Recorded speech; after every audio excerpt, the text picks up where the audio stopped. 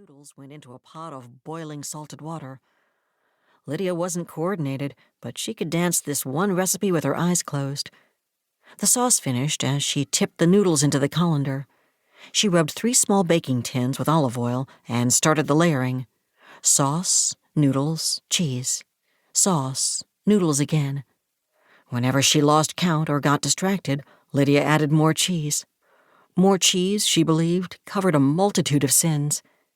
Even if the retreat didn't go exactly as planned, how mad could anyone be eating delicious lasagna on a chilly February night in the mountains? Although it felt like jinxing herself to say no one in that group would be mad, so she looked at the planning sheet one more time and walked herself through the attendees. Fran. Of course Fran was going. It was her house, the Laurels on Cherry Log Mountain, that would host the event. She had insisted. Fran had also already offered to provide 3 sewing machines and make dinner the second night. Since Lydia had bought the store from her, Fran had been determined to help Lydia make a success out of Measure Twice's new chapter. Sometimes Lydia thought of Fran as her fairy godmother. A fairy godmother in unflattering, high-waisted pleated jeans, but a fairy godmother nonetheless. Just to balance out Fran, Clark was coming. He would be bringing no extra supplies to share and no food for the group. He would probably show up with his own stash of food for only him. Clark ran a small organic and upscale food store, the Pampered Pantry, on the Peridot town square, a few stores down from Measure Twice. No doubt he would be well-stocked with seaweed chips and chia seeds. On top of that, he'd said he might be late. But the specific request part of the form? That Clark had filled out with gusto. Clark lived for specific requests. No gluten, no soy-based gluten substitute, only alternative down pillows. The list went on. Next on the list, the M's. Martha and Mary would be there, of course. One almost always guaranteed the other. They weren't sisters. Lydia had already asked them, and they had said no in unison, appearing equally shocked by the brashness of her inquiry. But they might as well have been twins. The women, both in their late 70s at the youngest. Even Lydia knew that question would definitely be too brash.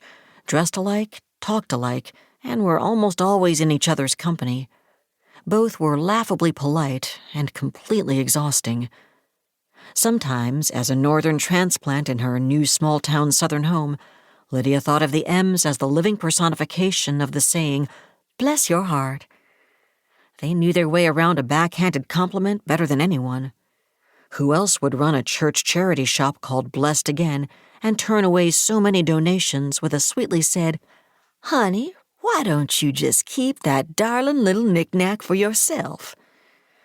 At least Lydia could count on Heather to be a steadying influence. She hadn't required Heather to come on the retreat, but if she were being honest with herself, she was relieved when the young woman had suggested it. Young woman, was that how she thought of people now? Candy apple red hair cut right at her jawline, and a penchant for denim overalls cut pretty darn short, paired with combat boots. Heather always stood out of the crowd at Measure Twice.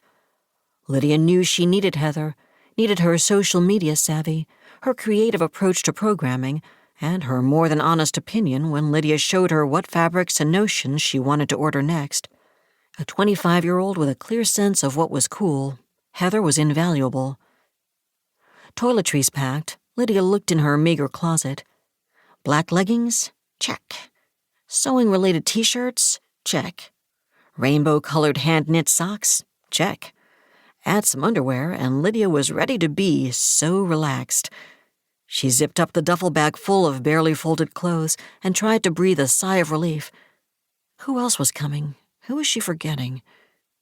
Then she remembered Cindy, of course, with a hastily added +1 after her name. Cindy, a court stenographer with a penchant for long anecdotes, was apparently bringing a work friend. Cindy was a regular at the shop, since the courthouse sat in the middle of Peridot's town square, and she was always game to try a new class or buy a new kit. She promised Lydia that Amy, her friend, was the same, and would be nothing but added value. Cindy might be well into her 50s, but she made friends and gossiped as well as any teenager Lydia had ever met. Since Amy was driving up from Atlanta, Lydia hoped the new addition could help spread the Measure Twice gospel among her friends.